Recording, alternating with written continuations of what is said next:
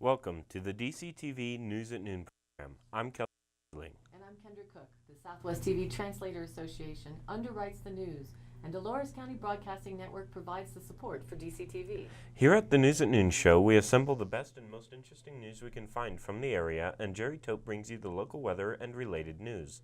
Give us a call with news tips or topics you'd like to see covered. The number is 677-4119. We appreciate you're watching DCTV. Today's show is live on Monday at noon and rebroadcast at 2:30 and 8 p.m. and again re-aired on Thursday at noon, 2:30 and 8.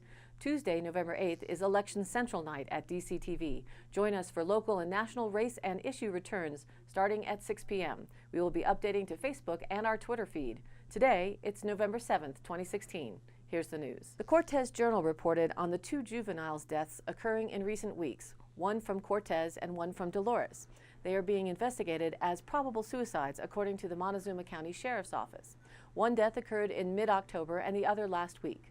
Montezuma County Undersheriff Jim Kingery said both are still under investigation and declined to release reports of the investigations. He said no firearms were involved in either death and that both occurred off campus. One juvenile attended the classes in the Montezuma-Cortez district and the other attended classes in the Dolores district, according to the Sheriff's Office. Superintendent Scott Cooper said Dolores school officials have brought in additional counselors and psychologists to assist students and staff this week. On Monday, teachers will read a prepared statement to each class on the situation, and there will be a lot of extra counselors on hand, Cooper said. We are all very sad and are in a grieving state.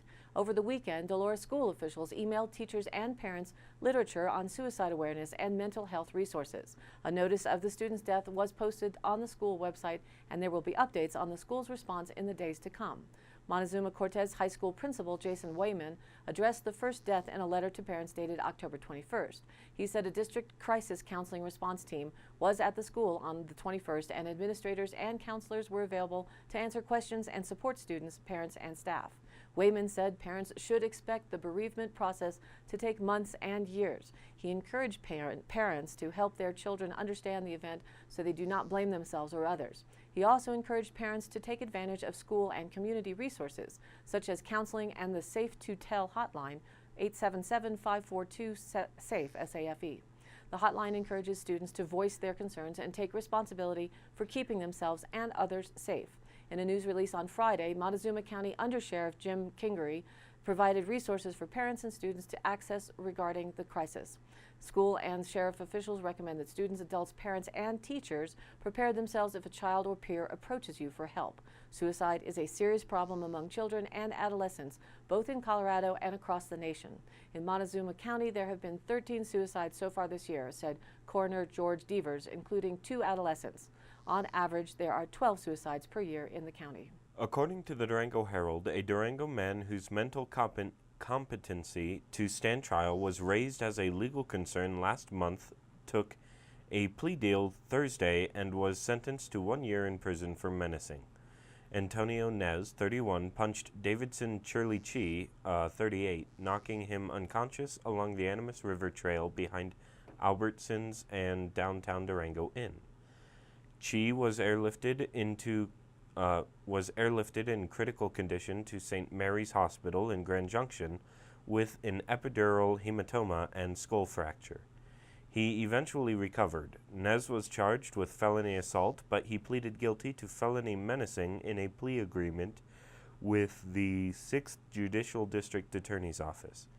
District Judge Jeffrey Wilson sentenced Nez to 1 year in prison, but he will receive credit for 210 days of pre-incarceration, meaning he should be eligible for release in a few months, if not sooner. He'll also be on parole for 2 years. 2 psychologists had differing views last month on whether Nez was mentally competent to stand trial.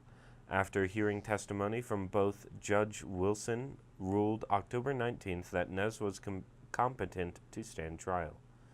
The assault occurred about 9 a.m. April 8th on the Animas River Trail. Fractivists can be found in any location where the concerns over fracking are occurring.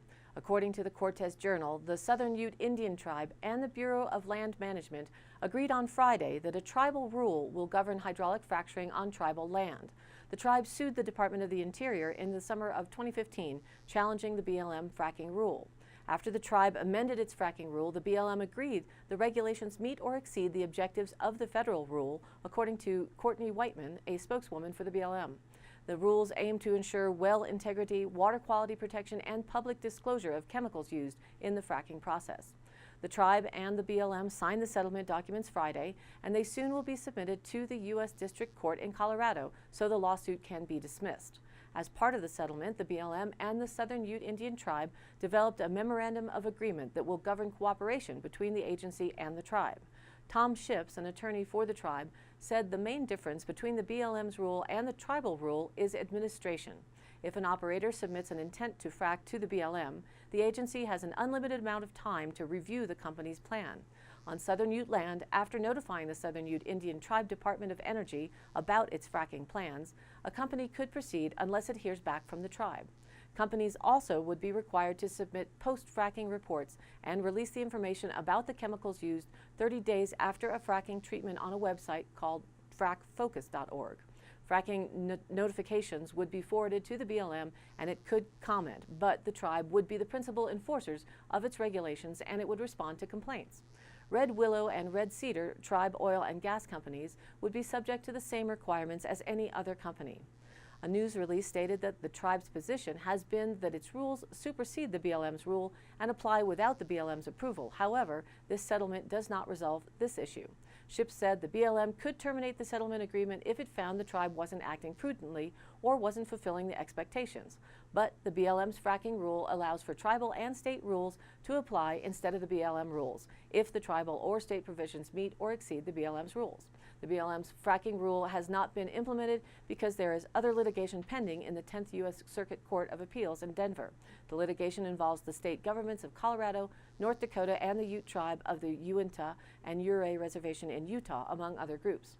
Regardless of the ruling in this case, Ships expects the new memorandum to stand. According to the Cortez Journal, 4 cows were killed by drivers who failed to see them late Wednesday night on a remote stretch of U.S. Highway 160 between Hesperus and Mancos. Up to 6 vehicles may have been involved in the carnage, said Captain Adrian Driscoll with the Colorado State Patrol in Durango. Officers have spoken with 4 drivers, but 2 others may have left the scene after striking the cows, he said. No one was injured, and the incident occurred about 11:30 p.m. in the Cherry Creek area just east of the La Plata-Montezuma County line. 5 cows were on the road, but only 4 were hit, he said. Some cows were left on the road and hit multiple times by drivers. Fortunately, there wasn't much traffic at that time of night, Driscoll said. Apparently, the cows were black and they completely blended in with the road, so these people had no chance, he said. No citations were issued. The State Patrol had not identified who the cows belonged to as of Thursday afternoon. Emergency responders were cleaning up the highway until about 3:15 a.m. Thursday. The dead cows were moved to a location in Hesperus. Monday's Marijuana Moment takes a look at big business in the growing industry, according to a report updated in the Cannabis.co. Scott's Miracle Grow's $500 million push into the marijuana industry has a new twist. The lawn and garden giant wants to corner the market on cannabis pesticides.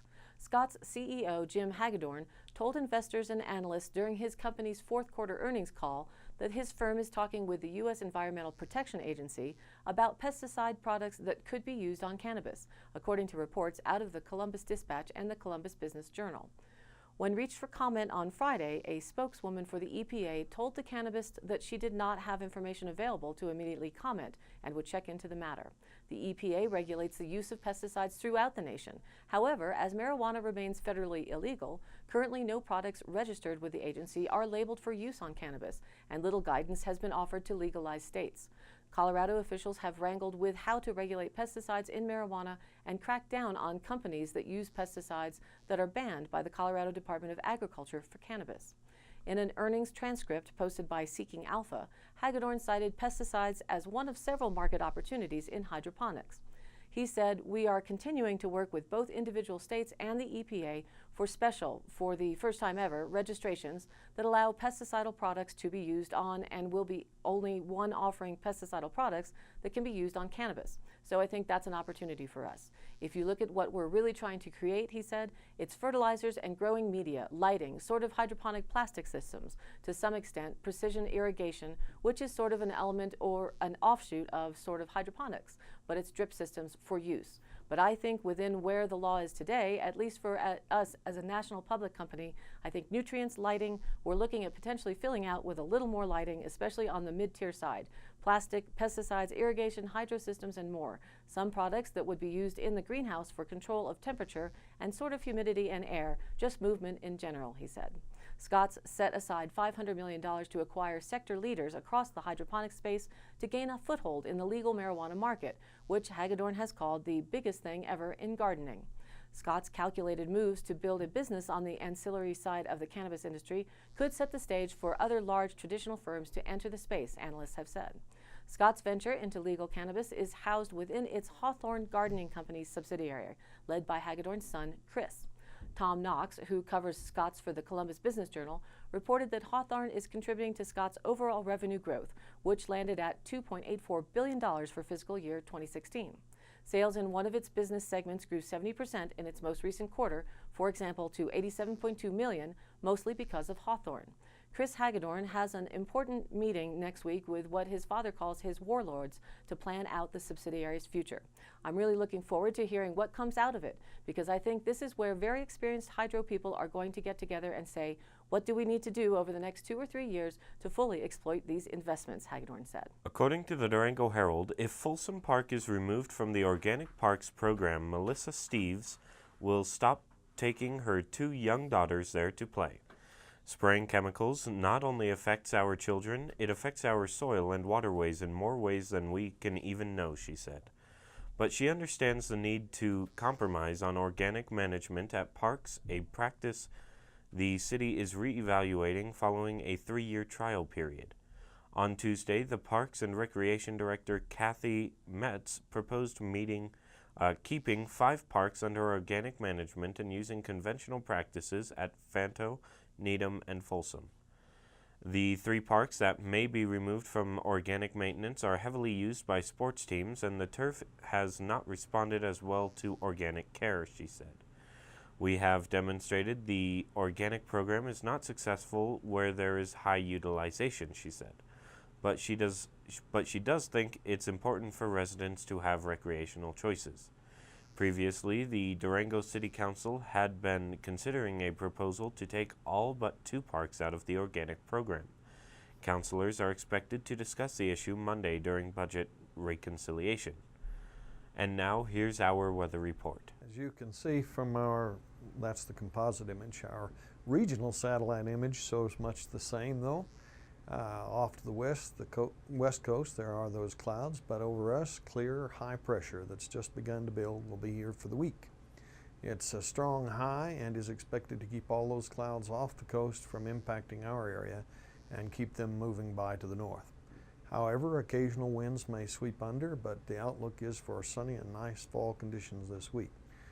Looks like a good week for as many of those winter prep plans as you can get to, and great hunting conditions for the week. In our national weather, the systems at work over the Central Plains from the Canadian border to the Gulf of Mexico will move into the middle Mississippi Valley and has begun to merge with additional upper-level energy coming southward from central Canada. That merger will be complete by early tomorrow morning. From the western Gulf of Mexico, moisture is already streaming northward and will produce showers and thunderstorms in the central and southern plains and parts of the central Gulf Coast into tonight. The merged energy coming in from Canada will reach from parts of the northern plains to the central high plains. The upper Great Lakes and the middle Mississippi Valley and central plains will get rain and thunderstorms out of it overnight. Then it will move eastward to the lower Great Lakes and Ohio Valley, as well as southwestward to the western Gulf Coast by tomorrow evening. Showers and thunderstorms will develop over parts of Texas into parts of the lower Mississippi Valley tonight through Tuesday evening. The moisture just offshore off the west coast will move over the northwest corner of Washington State, giving rain over that area through tomorrow. High temps for the next 5 days will be in the lower 60s, and look at those lows. For the first time I'm aware of this year, we have 5 of a kind, 26 degrees. It looks like the Joker is in the deck for sure. The National Weather Service has us down for lows being 12 degrees higher than that 26 for the next 4. So we'll see who wins the bet tonight and let you know tomorrow. In either case, the forecast is for the exact same temp for the next several nights, and that is an indicator of the strength that this high pressure system over us possesses. It's unlikely to look the same tomorrow, but we should still be having all those nice sunny days to warm up with for the week. Now back to the news. According to the Durango Herald, with New Mexico in the middle of a budget crisis, cities and counties around the state are going to have to look for new ways to boost behavioral health services and fight the effects of opioid abuse. Bernalillo County Commissioner Maggie Hart Stebbins made the comments while visiting Washington, D.C. for a meeting hosted by the White House Office of National Drug Control Policy.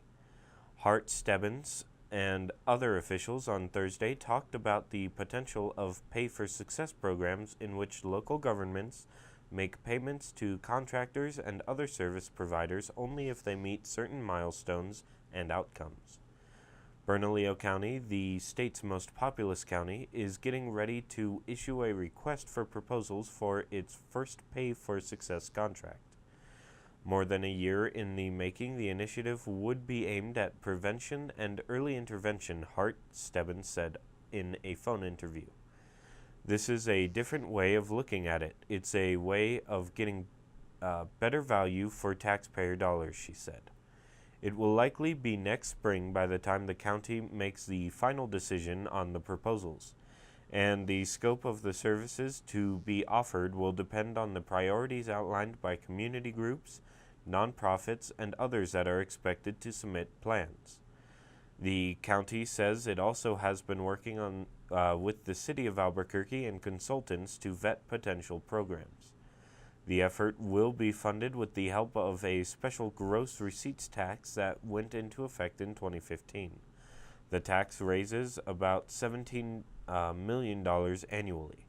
Hart Stebbins acknowledged that revenue from the tax represents just a fraction of what's needed to address gaps in mental health services in the greater Albuquerque area, but that such funding becomes more important as state revenues dwindle.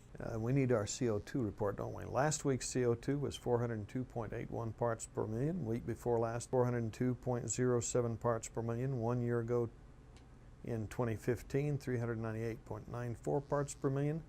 And 10 years ago, 379.61 parts per million. Location, location, location. No, this will not be a real estate or business seminar, but certainly related to business. Since the 1980s, air pollution has increased worldwide, but it has increased at a much faster pace in regions close to the equator. Research from the University of North Carolina at Chapel Hill now reveals that this changing global emissions map is creating more total ozone worldwide compared to the geography of the total amount of pollution being emitted. Jason West, who led the research at the UNC Chapel Hill with former graduate student and author Yuqiang Zheng, says that emissions are growing in places where there is a much greater effect on the formation of ozone. A ton of emissions in a region close to the equator where there's a lot of sunlight and intense heat produces more ozone than a ton of emissions in a region farther from it. The work appeared today in the November 7th Advance Online issue of Nature Geoscience.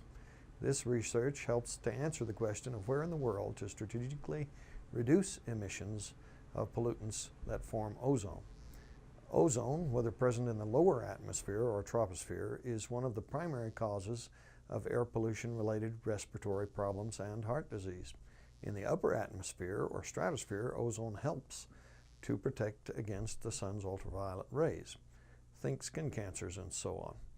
West explained that China's emissions increased more than India's and Southeast Asia's from 1980 to 2010, that 30-year period. But Southeast Asia and India, despite their lower growth in emissions during that period, appear to have contributed more to the total global ozone increase due to their proximity to the equator.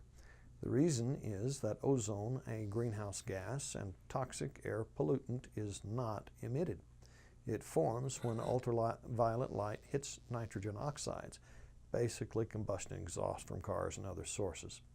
When these pollutants interact with more intense sunlight and higher temperatures, this interplay speeds up the chemical reactions that form ozone.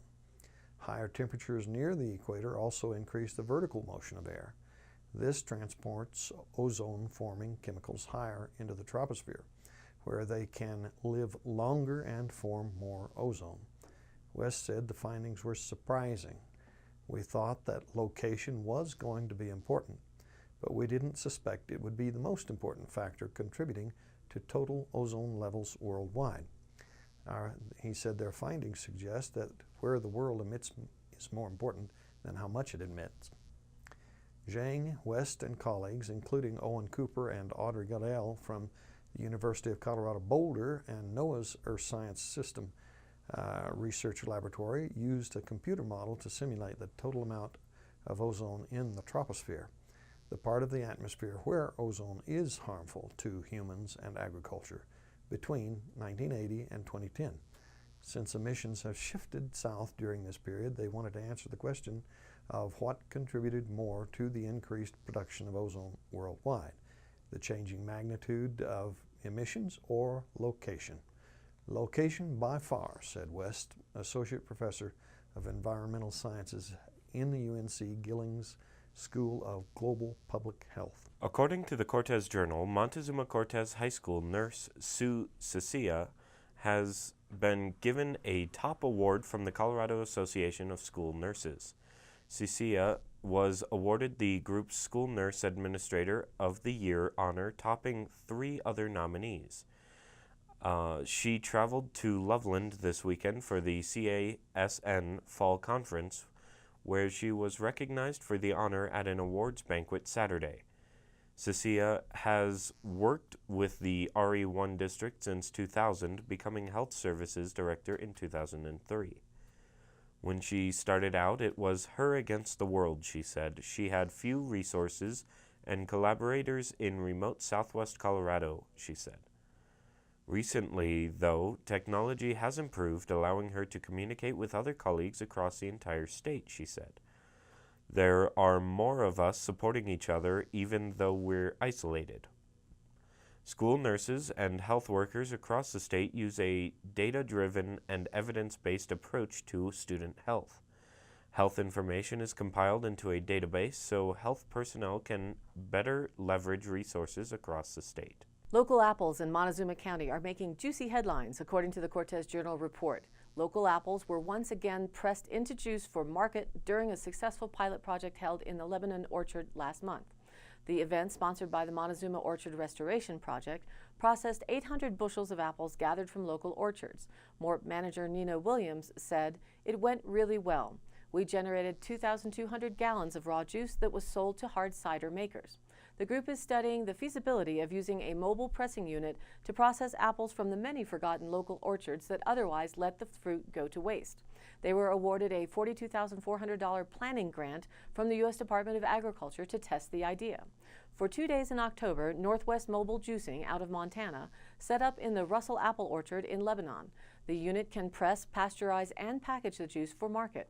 For the pilot, the raw juice could only be sold to hard cider companies for fermentation. Additional permits are needed to sell pasteurized apple juice. "We proved we can get it off the trees for sale to the hard cider market," Williams said. "If the demand is there, we can work through the regulations to sell local juice as well." Several orchard owners realized some profits from the project and were paid 10 cents per pound for apples still on the tree. A dedicated crew of 20 MORP volunteers spend 300 hours picking the apples in the weeks prior to the pressing. In all, 9 apple orchard owners were paid $3,500 for their apples. 1 local cider maker and 4 from Boulder and Denver bought the raw juice. A semi-truck was loaded with the juice for a night run to Front Range cideries. They were impressed with the quality, Williams said. The juice was a blend of local heritage apple varieties. Apple mash produced was hauled off by local livestock owners for feed. MORP said they broke even on the trial run and are studying how best to set up a local pressing facility. We learned that there is a lot of labor and infrastructure involved besides just the pressing equipment, Williams said.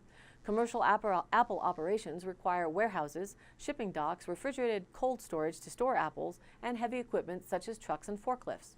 MORP has been documenting once popular heritage apple varieties from the days when the area was a thriving fruit market more than 100 years ago.